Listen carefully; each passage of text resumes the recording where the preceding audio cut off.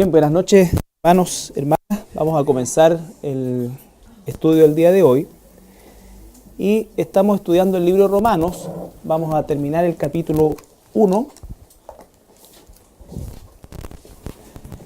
Y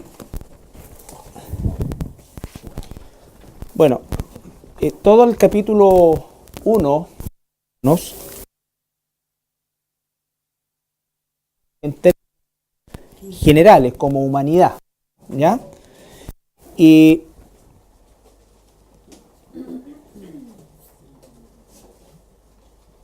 no, este no era.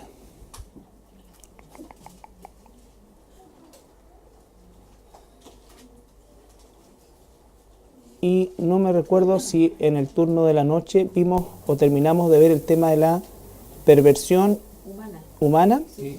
¿Lo vimos? Sí. Ya. Del versículo 26 al 32 lo revisamos, ¿no es cierto? El tema de la sodomía y lo que la Biblia dice con relación a eso. Perfecto. Entonces eran los otros turnos los que están dando jugo. O en los otros turnos yo estaba. Bien. Entonces hoy día vamos a ver el capítulo 2. Vamos a comenzar el capítulo 2 desde el versículo 1 al 16, que es la primera sección, y hacer un poco de alusión al hecho de que este capítulo 2 comienza el apóstol Pablo a enfocarse específicamente en los judíos, Ustedes saben que la iglesia de Roma no fue fundada por el apóstol Pablo, ¿ya? Y que el apóstol Pablo conoció a los hermanos cuando llegó al final de sus días, ¿no es cierto?, en su segundo encarcelamiento, donde posteriormente después es decapitado. Pero la iglesia la iglesia primitiva, la iglesia del primer siglo, los primeros 150 años, la iglesia era, en su gran mayoría, sus componentes eran judíos, la gran mayoría eran judíos. Pero en el caso de la iglesia de Roma, que igual la mayor población eran judíos, en el caso de la iglesia romana, los que estaban o los que componían principalmente el mundo de cristianos nuevos eran ex sacerdotes, eran escribas, había mucho, o por lo menos más que en las otras iglesias, ¿no es cierto?, presencia de judíos, diríamos nosotros al día de hoy, ortodoxos convertidos, ¿ya? Por lo tanto, ellos ejercían una gran influencia dentro de lo que era la iglesia de Roma, con el hecho, ¿no es cierto?, de este apego a la ley. Por eso es tan relevante que el apóstol Pablo, desde su posición como cristiano, pero también con su legado como ex fariseo, él los encara en estas cosas, ¿no es cierto?, de las cuales este grupo de personas se sentía un poco, o bastante, diríamos nosotros, ajena, porque el apóstol Pablo, ¿no es cierto?, comienza en el capítulo 1 a hablar de todo lo que es la perversión humana en términos generales, ¿no es cierto?, o sea, abarcando a toda la humanidad, pero en el capítulo 2 se vuelve específicamente a los judíos por el hecho de que estos personajes, ¿no es cierto?, estos miembros de la congregación, ellos hablaban, ¿no es cierto?, un poco como lo que hacía el fariseo con el recaudador de impuestos, ¿no es cierto? Eso como que lo veían en otro lado y no en ellos, porque ellos venían de la ley, eran judíos, en fin, y nos vamos a dar cuenta que el apóstol Pablo los encara. Y solamente antes de comenzar el pasaje de hoy, me gustaría que viéramos el 17, versículo 17, capítulo 2, versículo 17. Sí, 2.17, solamente para ver que el contexto es exactamente los judíos y específicamente estos personajes, ¿no es cierto?, o estos miembros de la congregación, cultos podríamos decir, ¿no es cierto?, pero que ejercían una influencia en el resto de la iglesia, llevándola un tanto o inclinándola hacia el tema del legalismo. Por eso es que Pablo habla del capítulo 2, el capítulo 3, el capítulo 4, prácticamente hasta el capítulo 11, habla profundamente acerca de lo que es la realidad de Israel presente al momento que él está hablando o él está escribiendo, futura, a lo que va a suceder con la nación de Israel, ¿no es cierto? Y está básicamente encarándolos sacándolos de esta concepción judaica que pretendían incorporar a la iglesia. Situación que, dicho sea de paso, se ha vuelto a ver hace un par de décadas atrás con todo este movimiento de los judíos mesiánicos, que ciertamente es como cualquier persona que se convierte al Señor, es un milagro de Dios, pero al colocarle digamos, el complemento mesiánico, lo que empezó probablemente como una situación culturalmente buena, ¿ya? Se comenzó o se corre el riesgo de transformar o judaizar la iglesia, ¿ya?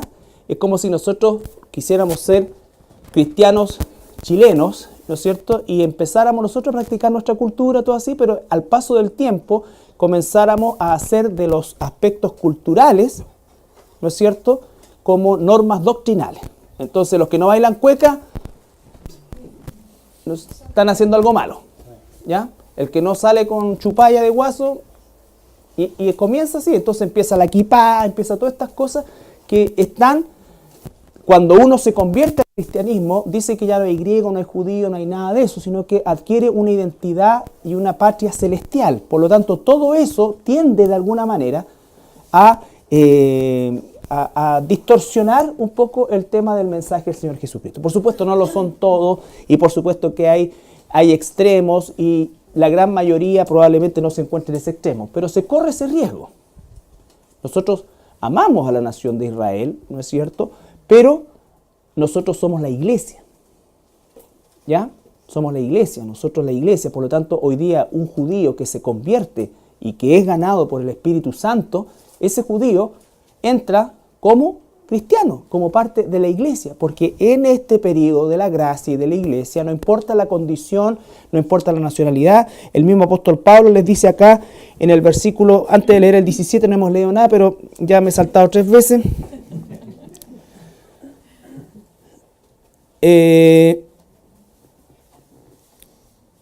Versículo 28 y 29. Del 2. Pues no es judío el que lo es exteriormente, ni es la circuncisión la que se hace exteriormente en la carne, sino que es judío el que lo es en lo interior, y la circuncisión es la del corazón en espíritu, no en letra, la alabanza del cual no viene de los hombres, sino de Dios. Eso era una patada en la boca del estómago a los judíos religiosos, ¿me entiendes? O sea, que les dijera, y por eso es que esta es una carta muy traumática para el judaísmo en general, porque quien se los está diciendo no es un gentil, ¿no es cierto? No es un simple judío, sino que fue y era un hombre absolutamente familiarizado y un hombre absolutamente celoso. Pablo dice, si existiera un desfile de judíos, de fariseos y de observantes de la ley, yo soy el abanderado. Eso es lo que está diciendo.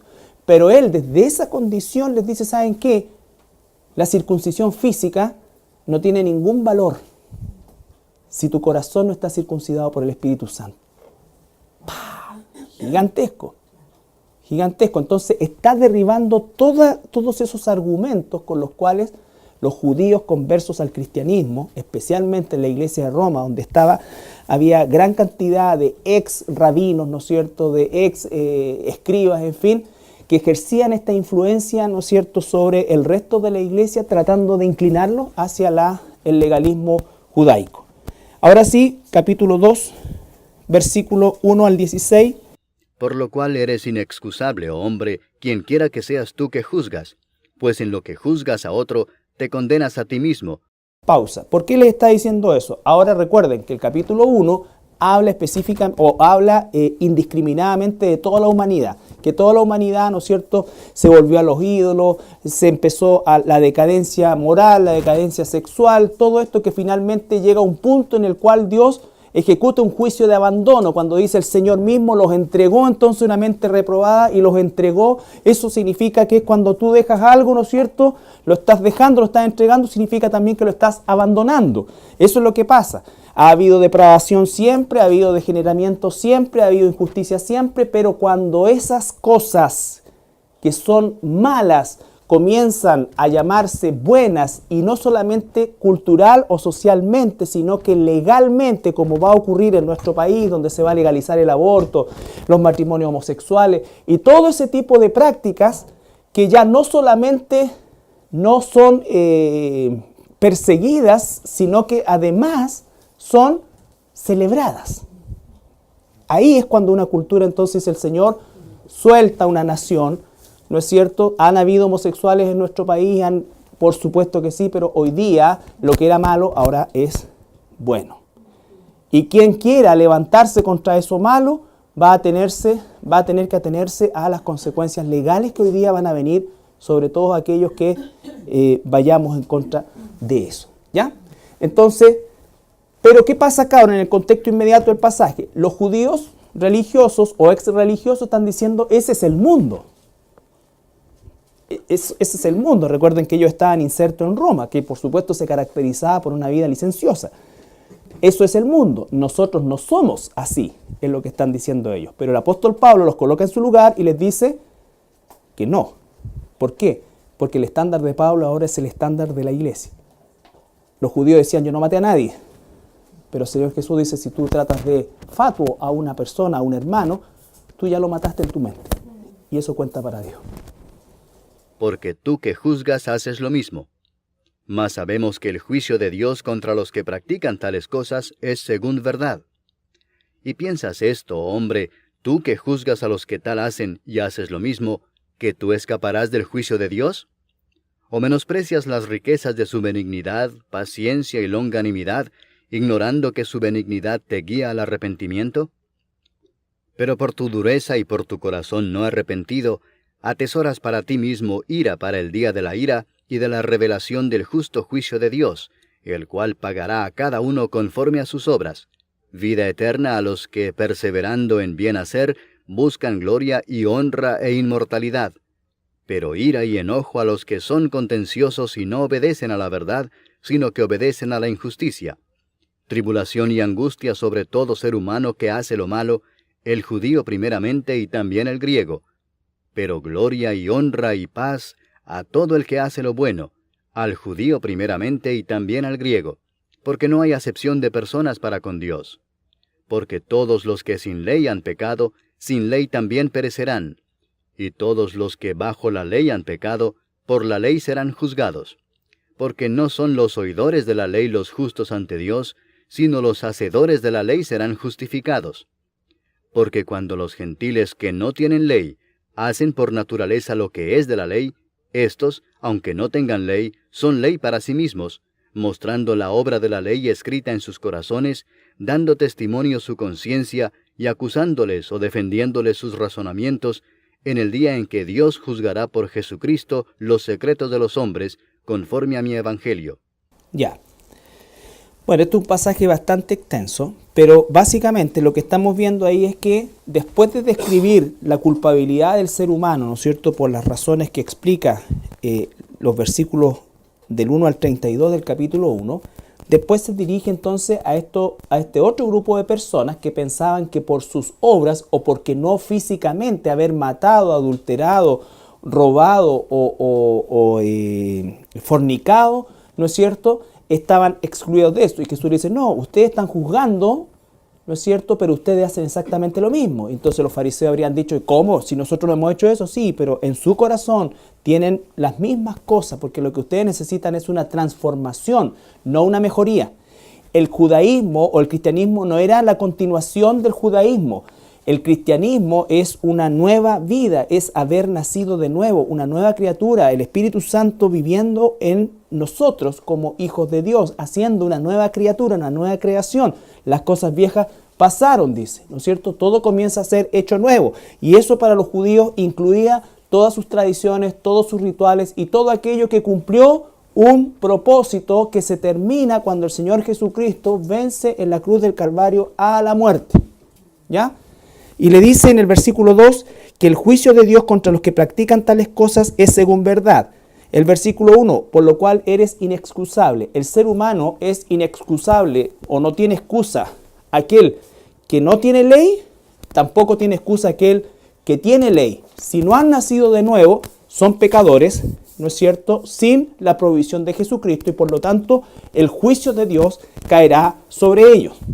Cuando nosotros hablamos del juicio de Dios, hablamos de que Dios, ¿no es cierto?, recuerden ustedes, por eso es que la elección no es algo que tiene que ver con la justicia de Dios. La elección tiene que ver con la misericordia, con la gracia de Dios. Porque cuando la gente dice que la elección es injusta, no sabe lo que está hablando. Porque lo que era justo para toda la humanidad era ir todos al infierno porque no teníamos excusa. No importa lo que hubiésemos hecho o dejado de hacer.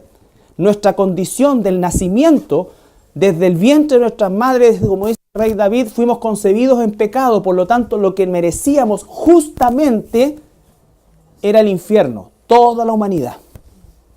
Y quizás puedes saltar tú y decir, pero ¿cómo yo? Y estarías en la posición del capítulo 2. ¿Cómo yo, que soy tan bueno, que nunca he andado con nadie más? La mitad de mi oficina andan entre ellos, pero yo ni a las fiestas voy. Me traje a vivir a mi suegra. ¿No es cierto? Haríamos una excepción.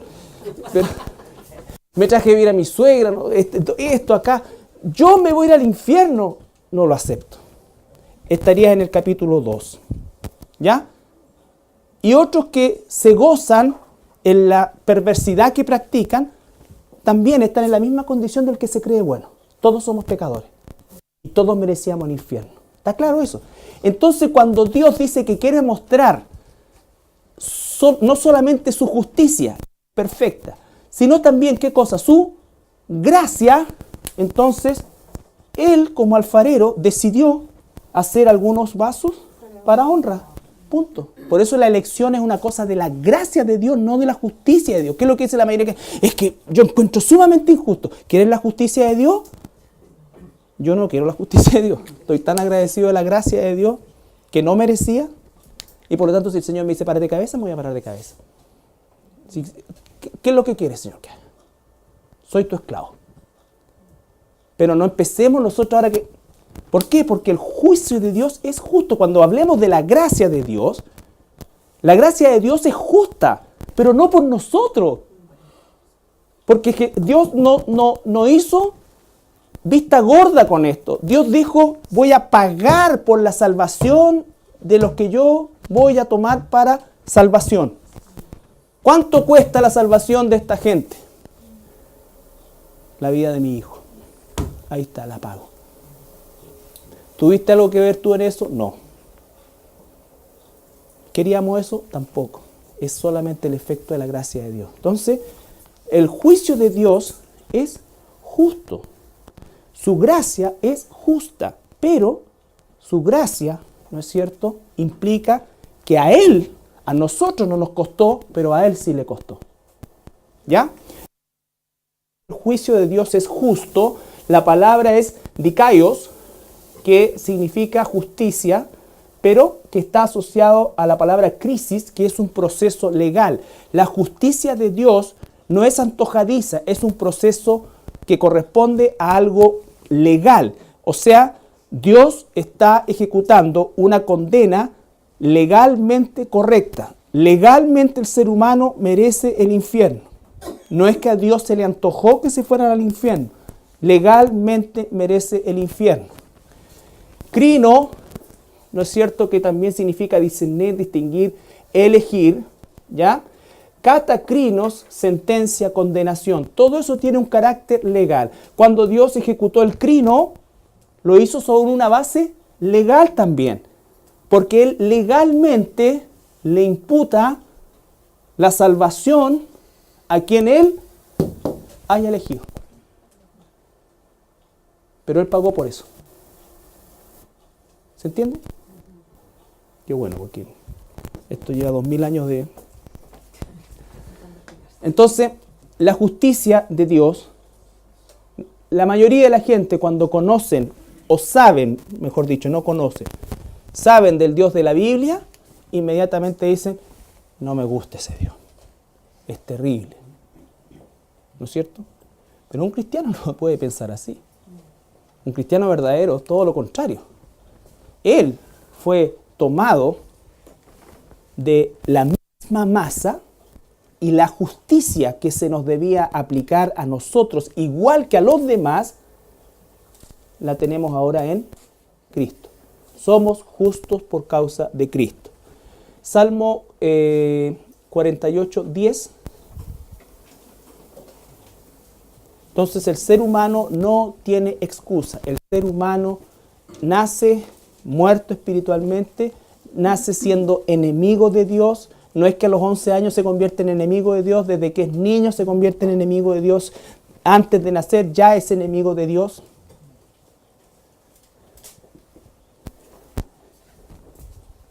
Y Dios ejecuta un juicio justo.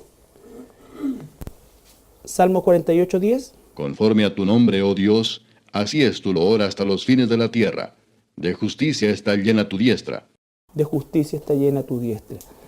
97, 2, Salmo 97, 2. Nubes y oscuridad alrededor de él, justicia y juicio son el cimiento de su trono. Justicia y juicio, justicia y juicio.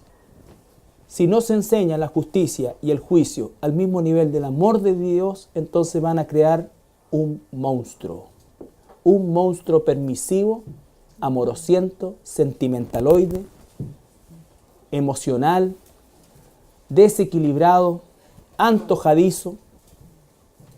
¿Por qué? Porque los atributos de Dios son todos en la misma perfecta medida. La misma medida de amor es la misma medida de juicio. La misma medida de amor es la misma medida de ira. La misma medida de amor es la misma medida de odio. Dios odia el pecado. La Biblia dice, 6 cosas aborrece el Señor, aún hasta 7 le son abominables. Y nombra 7 pecados que sintetizan la maldad humana. Y dice que Dios lo aborrece. ¿Ya? Entonces, la misma medida para las cosas. Porque si yo no, vuelvo a insistir, no enseñamos, no predicamos, no conocemos al Dios en todas sus formas y manifestaciones, vamos a crear ese monstruo, ¿no es cierto?, que parece un osito cariñosito para la mayoría de los cristianos del día de hoy. Que lo único que quieren es como un sofá, así. ¿Cómo te imaginas a Dios hoy como un viejito que me abraza? Y es fuego consumidor. Es fuego consumidor. Un destello de Dios estaríamos todos fulminados. Nadie puede quedar vivo. Haber visto a Dios y quedar vivo. ¿Ya? Bien. Quiero que veamos Romanos, capítulo 3, versículo 9 al 12. ¿Qué pues? ¿Somos nosotros mejores que ellos? En ninguna manera. Pues ya hemos acusado a judíos y a gentiles que todos están bajo pecado. Ahí es la culminación del capítulo 2, donde los judíos se creen buenos. Entonces, ¿somos mejores que ellos que el otro del capítulo 1? No, en ninguna manera. Estamos acusados, somos culpables igual que los otros. Como está escrito, no hay justo ni aun uno. No hay quien entienda, no hay quien busque a Dios. Todos se desviaron, a una se hicieron inútiles.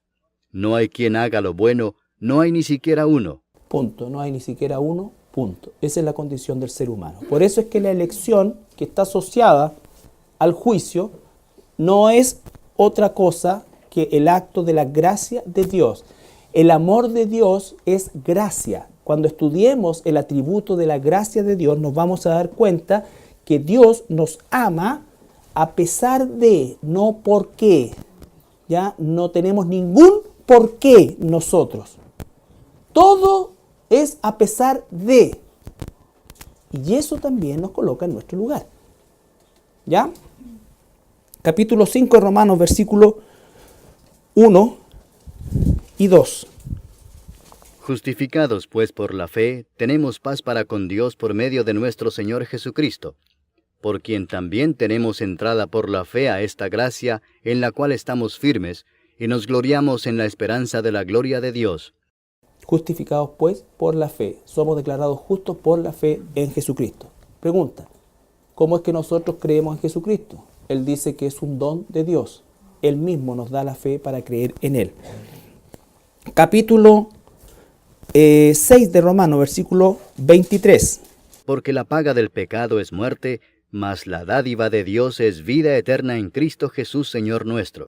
Entonces, el juicio de Dios es justo, lo merecemos, legalmente estamos condenados y Él legalmente compra un pueblo para sí por medio de la vida de su Señor Jesucristo.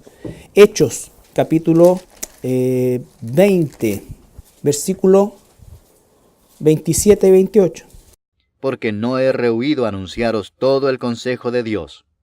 Por tanto, mirad por vosotros y por todo el rebaño en que el Espíritu Santo os ha puesto por obispos, para apacentar la iglesia del Señor, la cual Él ganó por su propia sangre. Que Él ganó por su propia sangre. Legalmente, Él ganó con su propia sangre. Por lo tanto, si Él ganó por su propia sangre, Él es soberano de imputarle a quien a Él se le antoje su salvación. ¿Estamos? Y lo que a Él se le antoje es perfecto. Lo que a Él se le antoje es bueno. Lo que a Él se le antoje es correcto. Lo que a Él se le antoje es santo. Entonces, obviamente que este discurso que sale de la Biblia no puede ser, es como si el inconverso se quisiera tragar un cuesco de durazno, ¿no es cierto? Muy difícil y siempre lo va a resistir. En cambio, el Hijo de Dios reconoce que es siervo, que es esclavo de Cristo. Por lo tanto, todo este proceso tiene que estar mediado por una concepción en la cual nosotros entendemos de que Él nos ha salvado, que fue lo que vimos también la semana pasada, entendemos cómo nos ha salvado por medio de la sangre de Jesucristo. Por lo tanto, no podemos tener una actitud como la gente del capítulo 2 que estamos estudiando, ¿no es cierto?, de jactancia o de comparación frente a los otros, porque nuestra situación es una situación absolutamente producto de la gracia de Dios, producto de la gracia de Dios. Apocalipsis 19, 2.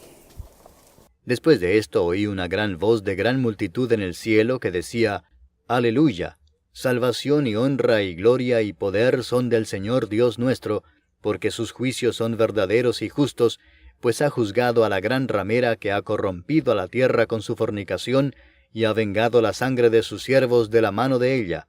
Entonces, ¿qué hace el cielo cuando Dios se venga de la gran ramera? Dice, pucha, como el Señor se fue en la bola. No, dice, aleluya, porque se lo merecen. Aleluya, porque se lo merecen. Versículo 3. Otra vez dijeron, Aleluya, y el humo de ella sube por los siglos de los siglos. ¿Qué decían los 24 ancianos?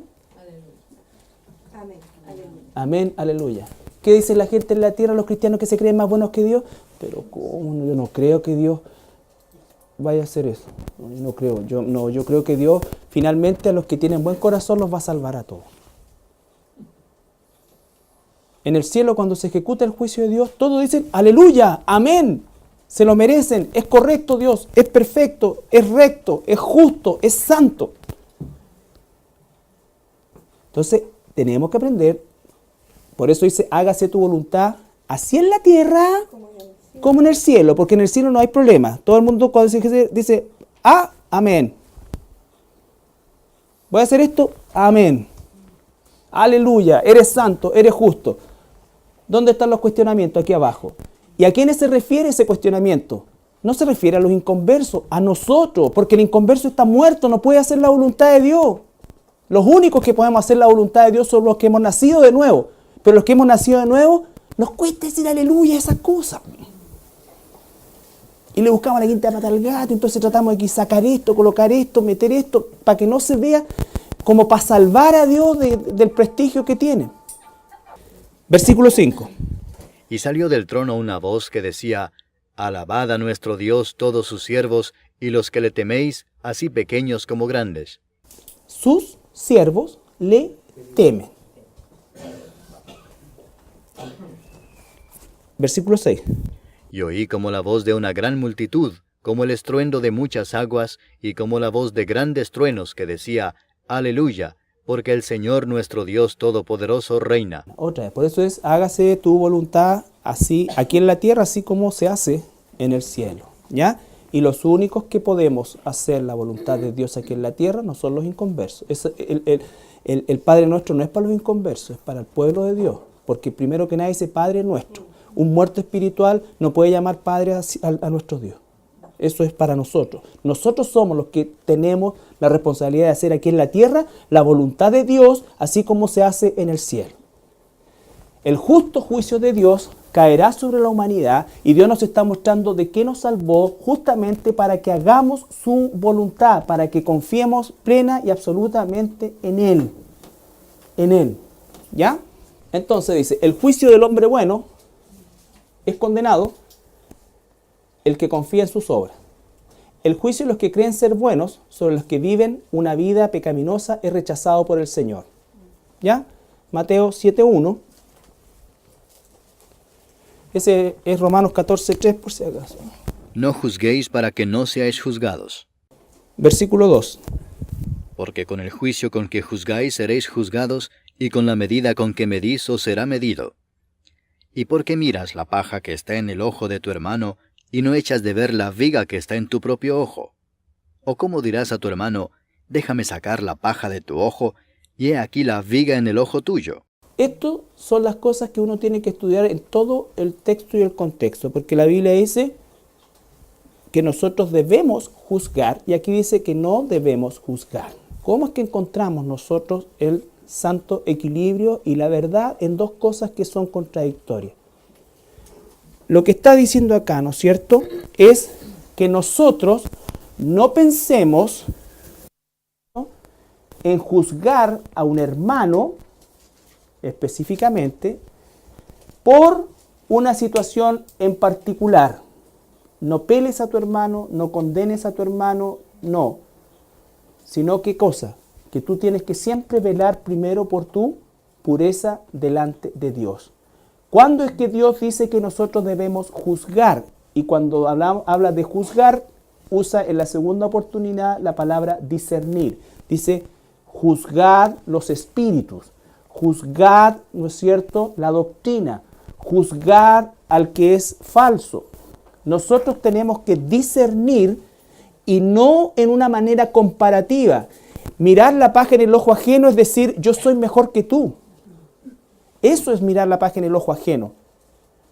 ¿Se entiende? Entonces es establecer lo que dicen los fariseos. Nosotros no somos como ellos.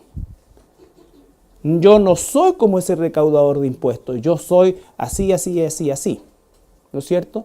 Pero cuando alguien está enseñando algo falso, yo debo juzgar sobre eso con discernimiento, debo exhortar, debo disciplinar, y si no hay cambio, debo denunciar a la iglesia. Eso es lo que dice el proceso. Pero no porque yo sea mejor que la persona o que me crea yo mejor que la persona para eso. Eso es lo que pasaba entre los fariseos y la gente común. Y más aún cuando a la iglesia empezaron a entrar expaganos. ¿Ya? Romanos 14:3. El que come no menosprecia al que no come, y el que no come no juzga al que come, porque Dios le ha recibido. Aquí estamos otra vez en situaciones, yo soy mejor porque no como. O yo soy mejor porque como. Eso es lo que...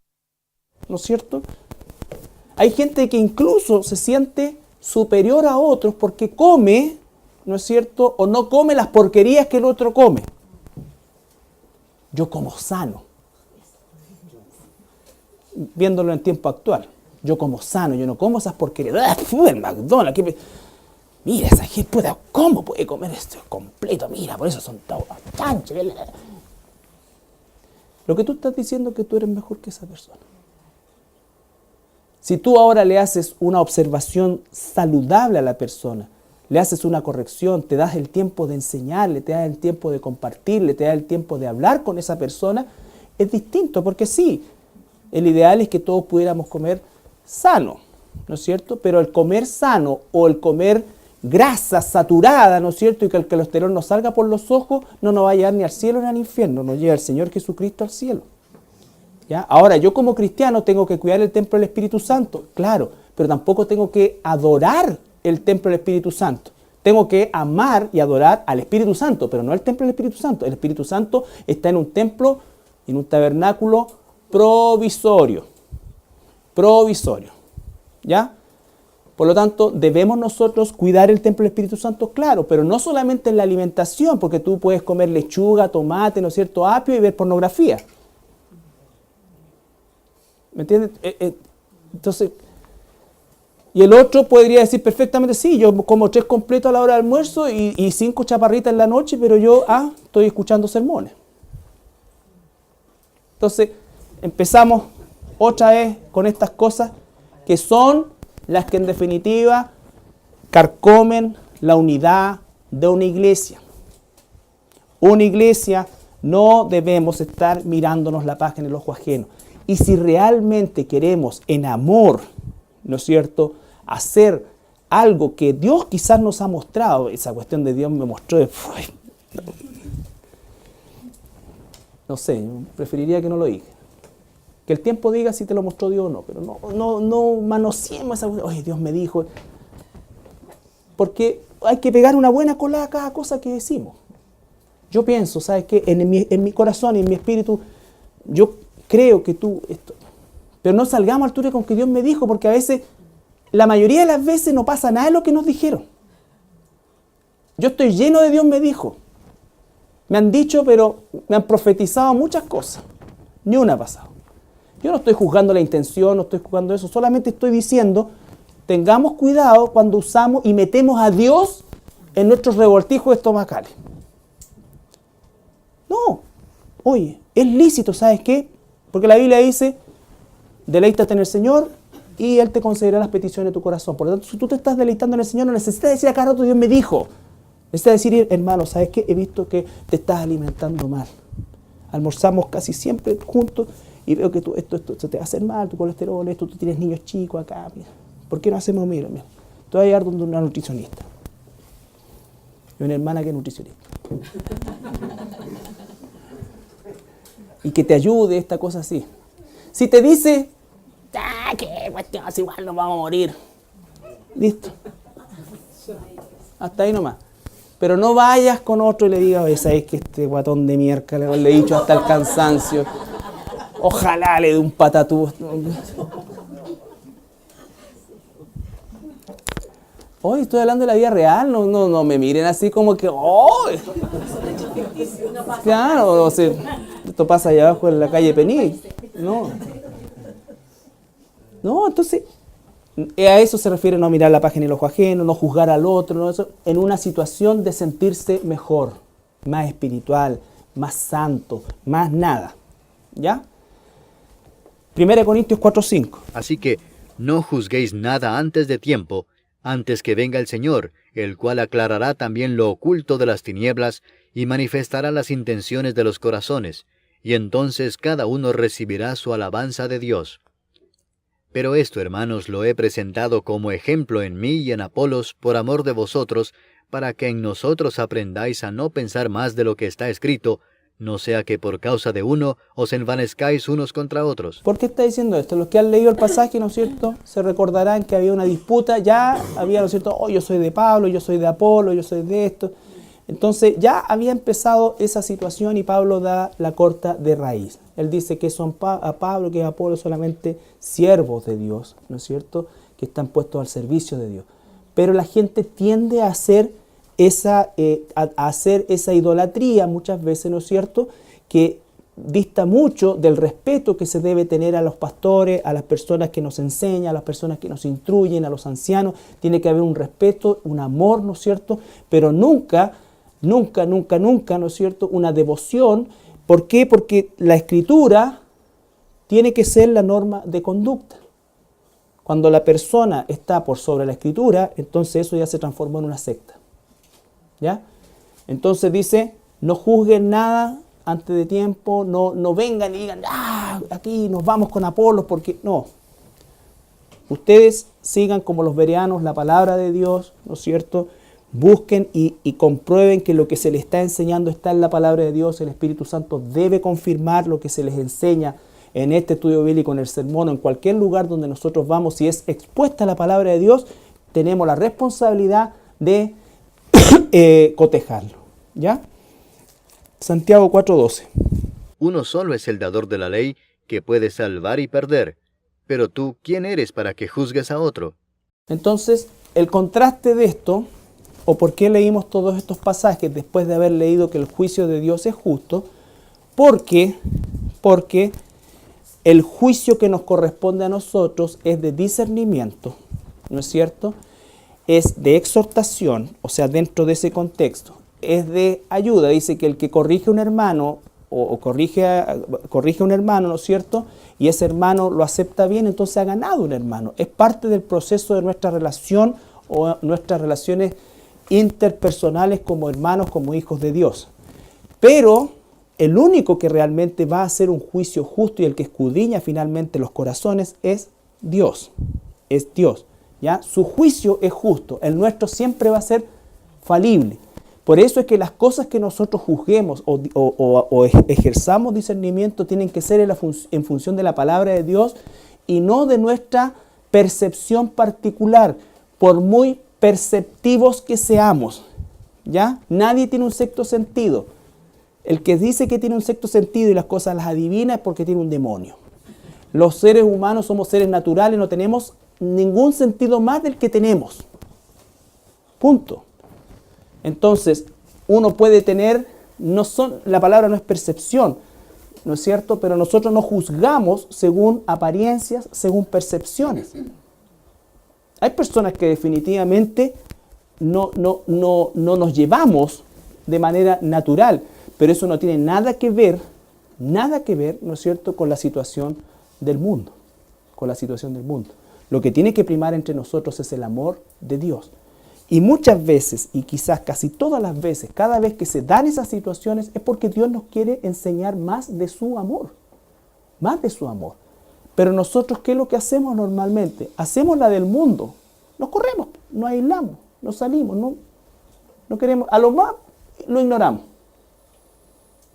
Entonces, tenemos que en definitiva escuchar la voz de Dios en el proceso que Dios nos está metiendo o en el cual nos está llevando adelante. ¿Ya? Un día va a haber un juicio final ante el trono blanco. El último juicio de Dios sobre todos los seres humanos que está en que no fueron salvos, que está en Apocalipsis 20.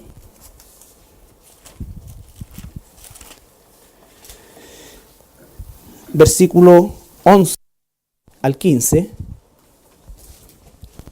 Capítulo 20, versículo 11 al 15.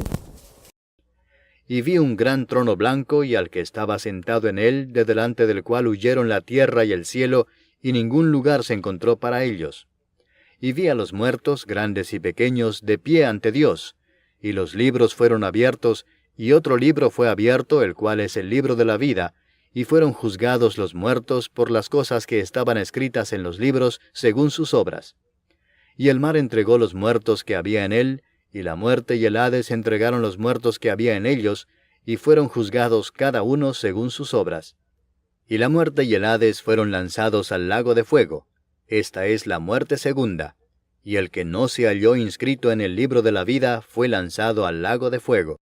Ese es el terrible, espantoso juicio final de el gran trono blanco en el que comparecerán todos los seres humanos, desde Adán en adelante, que no fueron salvos, ¿no es cierto?, que fueron justamente juzgados y ahí serán justamente condenados. Cuando las personas me dicen, oye, pero ese día a lo mejor Judas va a decir, pero Señor, tú me elegiste. Nadie va a hablar. Están de pie porque hay un protocolo. Todo el mundo sabe que no está inscrito en el libro de la vida, pero se lee el libro de la vida exactamente porque es parte del protocolo del juicio. Todos los juicios, aún los humanos, tienen un protocolo. ¿No es cierto? Entonces, y están de pie, porque esto es exactamente igual que en un tribunal en el cual el acusado póngase de pie. ¿Y qué hace ahí? Se le lee la sentencia. Por eso es que dice que se abren los libros. Aquí no hay cristiano. Cuando la gente dice, no, pues viste que la salvación es por obra, no, aquí no hay ningún salvo, todos son condenados. Lo que se les va a leer es su condena. Su condena, porque obviamente la justicia de Dios también opera en este trono blanco. Porque dice la Biblia, ¿no es cierto? Y da a entender claramente la Escritura, que no es la misma condena para todos. No es la misma condena para todos. Al que mucho se le da, mucho se le va a pedir, y bueno, y todos esos pasajes, que aunque ese tiene relación directamente con nosotros como cristianos, pero Dios ejerce justicia. Va a haber una justicia en el tribunal de Cristo, que se nos va a nosotros, que se llama bema, que no es condenatoria, sino que es de premiación, ¿no es cierto? Por lo tanto, en el infierno también dice la palabra que, como dice la carta de Judas, que las profundidades de las tinieblas están reservadas para los falsos maestros. Entonces, ¿por qué? Porque su responsabilidad frente a un rebaño, frente a esto, muchos de su rebaño van a estar también en el lago de fuego, pero no van a estar en el mismo lugar. ¿Cómo va a ser eso? No lo sé. Pero lo único que sé es que la Biblia dice que va a ser horrible. Dos cosas, horrible y para siempre. Entonces más amo al Señor porque me salvó solo por gracia de ese momento. Porque yo merecía estar ahí también. No merecía estar aquí. Merecía estar ahí. Y en vez de pensar, ¿pero por qué? ¿Cómo entonces? Esto de la elección, pero tomó. ¿Y qué pasó con esto otro? Bueno, y Judas. Da gracias a Dios y di, heme aquí, Señor, ¿qué quieres que yo haga? Porque Dios no explica lo otro. Y cuando Pablo pareciera que lo va a explicar, ¿qué es lo que dice? ¿Vas a contender con Dios? ¿Podrá contender el barro con el Altísimo? No da respuesta. No da respuesta. Entonces, el juicio de Dios, del que hemos sido liberados, los hijos de Dios, es realmente... No caben las palabras, pero es lo más maravilloso que hemos recibido. Entonces, cuando nosotros hablamos de salvación, estamos hablando de mucho más que me salvó de mis pecados. Te salvó del juicio, te salvó de la perdición, te salvó del infierno momentáneo y del lago de fuego eterno. Te salvó, te salvó, te salvó. Súmale a eso, que no lo merecíamos. Pero los que están ahí no están porque no lo merecían o porque Dios fue injusto con ellos. No, están ahí porque merecían estar ahí. Los que no merecíamos estar aquí somos nosotros. Pero ellos sí merecían estar ahí. Y dice, ¿no es cierto?, que fueron abiertos los libros y fueron juzgados según las obras que están en los libros. ¿No es cierto? Fuiste falso profeta, enseñaste mal, enriquecimiento ilícito, acá, todo esto. Al fondo. Fuiste cura, pedófilo, nunca te pillaron, todo el mundo te decía esto acá y allá, pero puedes engañar a los hombres, pero a mí no. Fuiste esto, y al fuego eterno. Al fuego eterno. Y dice, el que no se halló inscrito en el libro de la vida. Ese es parte del protocolo. Porque es parte de la condena. No está inscrito en el libro de la vida. No está inscrito en el libro de la vida, por lo tanto, al fuego eterno. ¿Ya? No va a pasar en el juicio de que, uy, aquí está, nos equivocamos. Este era el otro. Y este se mamó 3000 años en el infierno antes. Puta, se nos pasó. No va a pasar eso. Por eso nadie habla. Porque incluso los que están ahí están callados porque saben que es justo que estén ahí. Entonces sáquense de la cabeza esos diálogos, ¿no es cierto?, psiquiátricos de que Judas le va a decir, ¿por qué me hiciste entonces? ¿Por qué me castigas si tú me hiciste para traicionar al Señor? No va a pasar eso. No va a pasar eso. Eso pasa en nuestra mente torcida que todavía no acepta el juicio, la justicia perfecta de Dios. Porque mientras en el cielo todos dicen aleluya, cada vez que Dios hace un juicio, nosotros decimos, ¿pero por qué? Entonces Dios tiene misericordia, tiene paciencia con nosotros. Su juicio es justo, su juicio es justo. ¿Ya? La próxima semana vamos a terminar el capítulo 2. Lo más importante del capítulo 2 tiene que ver justamente con la posición de los judíos, sobre todo en la segunda sección, y después el comienza a entrar directamente en lo que se llama la soteriología, que es como es que la salvación primero nos declara culpables a todos y después declara su gracia y cómo es que Él, por medio de su justicia, Él rescata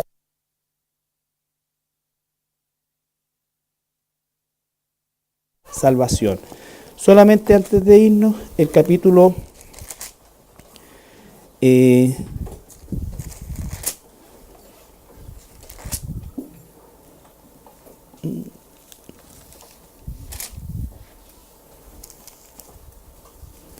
capítulo 9, Romanos 9, versículo 18, 19 y 20 al 21.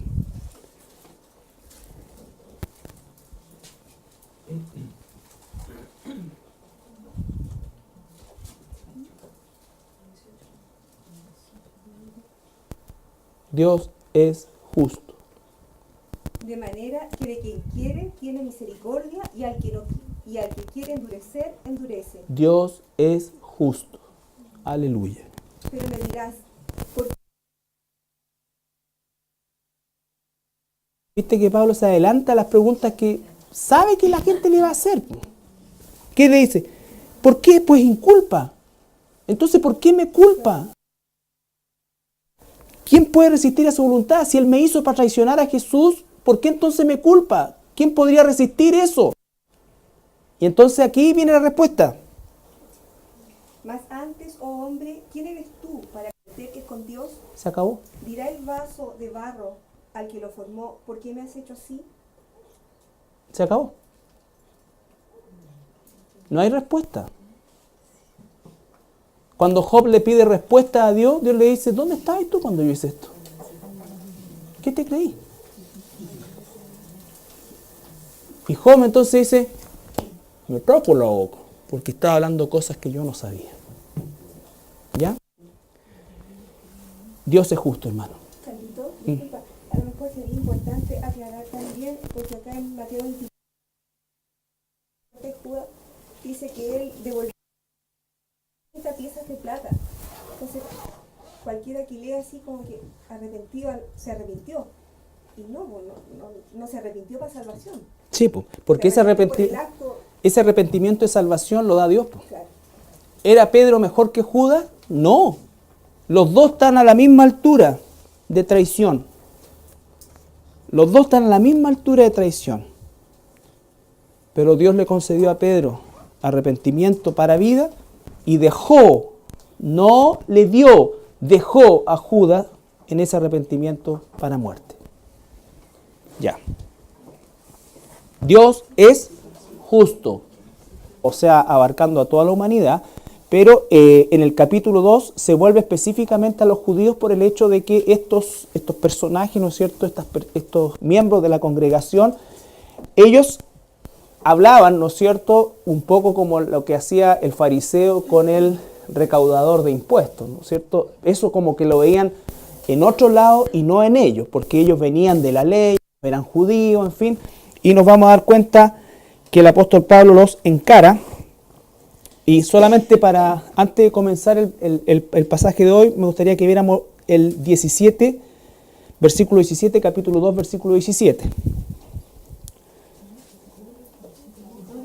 Sí, 2.17, solamente para ver que el contexto es exactamente los judíos y específicamente estos personajes, ¿no es cierto?, o estos miembros de la congregación, cultos podríamos decir, ¿no es cierto?, pero que ejercían una influencia en el resto de la iglesia, llevándola un tanto o inclinándola hacia el tema del legalismo. Por eso es que Pablo habla del capítulo 2, el capítulo 3, el capítulo 4, prácticamente hasta el capítulo 11, habla profundamente acerca de lo que es la realidad de Israel presente al momento que él está hablando o él está escribiendo, futura, a lo que va a suceder con la nación de Israel, ¿no es cierto? Y está básicamente encarándolo sacándolo de esta concepción judaica que pretendían incorporar a la iglesia.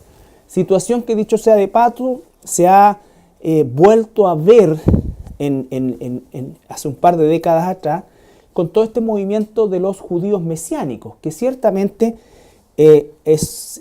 como cualquier persona que se convierte al Señor, es un milagro de Dios, pero al colocarle digamos, el complemento mesiánico, lo que empezó probablemente como desde el versículo 1 al 16, que es la primera sección, y hacer un poco de alusión al hecho de que este capítulo 2 comienza el apóstol Pablo a enfocarse específicamente en los judíos, Ustedes saben que la iglesia de Roma no fue fundada por el apóstol Pablo, ¿ya? Y que el apóstol Pablo conoció a los hermanos cuando llegó al final de sus días, ¿no es cierto?, en su segundo encarcelamiento, donde posteriormente después es decapitado. Pero la iglesia la iglesia primitiva, la iglesia del primer siglo, los primeros 150 años, la iglesia era, en su gran mayoría, sus componentes eran judíos. La gran mayoría eran judíos.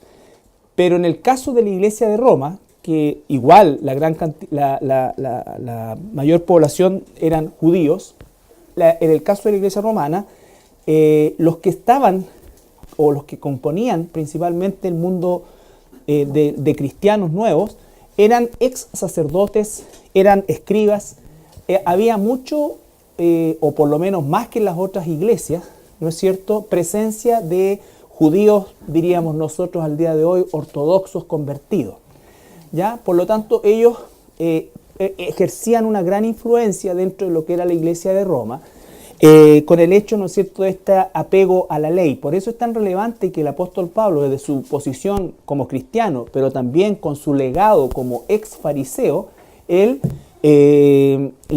los encara en estas cosas, ¿no es cierto?, de las cuales este grupo de personas se sentía un poco, o bastante, diríamos nosotros, ajena, porque el apóstol Pablo, ¿no es cierto?, comienza en el capítulo 1 a hablar de todo lo que es la perversión humana en términos generales, ¿no es cierto?, una situación culturalmente buena, ¿ya?, se comenzó o se corre el riesgo de transformar o judaizar la iglesia, ¿ya?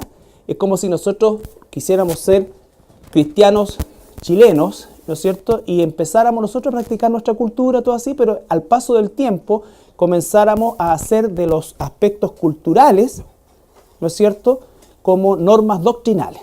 Entonces los que no bailan cueca están haciendo algo malo, ¿ya? El que no sale con chupalla de guaso, y comienza así. Entonces empieza la kipá, empieza todas estas cosas que están, cuando uno se convierte al cristianismo, dice que ya no hay griego, no hay judío, no hay nada de eso, sino que adquiere una identidad y una patria celestial. Por lo tanto, todo eso tiende de alguna manera a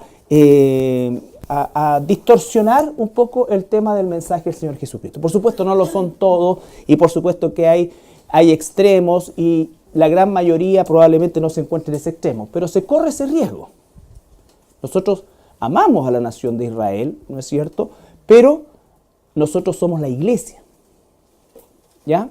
Somos la iglesia, nosotros la iglesia. Por lo tanto, hoy día un judío que se convierte y que es ganado por el Espíritu Santo, ese judío entra como cristiano, como parte de la iglesia, porque en este periodo de la gracia y de la iglesia no importa la condición, no importa la nacionalidad. El mismo apóstol Pablo les dice acá en el versículo, antes de leer el 17 no hemos leído nada, pero ya me he saltado 3 veces.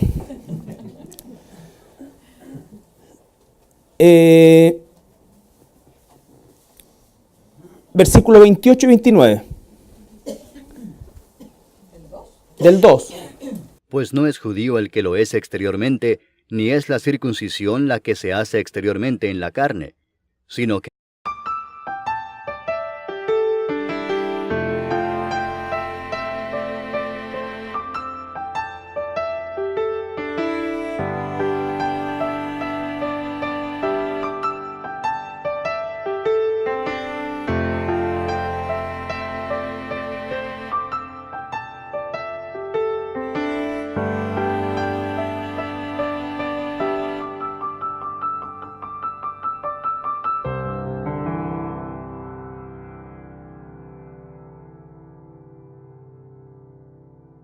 Bien, buenas noches, hermanos, hermanas. Vamos a comenzar el estudio del día de hoy. Y estamos estudiando el libro de Romanos. Vamos a terminar el capítulo 1. Y bueno, todo el capítulo 1 en términos generales como humanidad, ¿ya? Y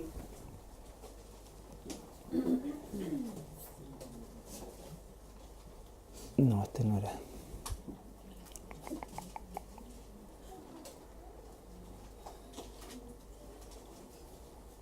Y no me recuerdo si en el turno de la noche vimos o terminamos de ver el tema de la perversión humana. Sí.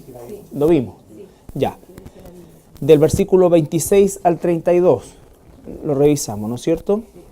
El tema de la sodomía y lo que la Biblia dice con relación a eso. Perfecto.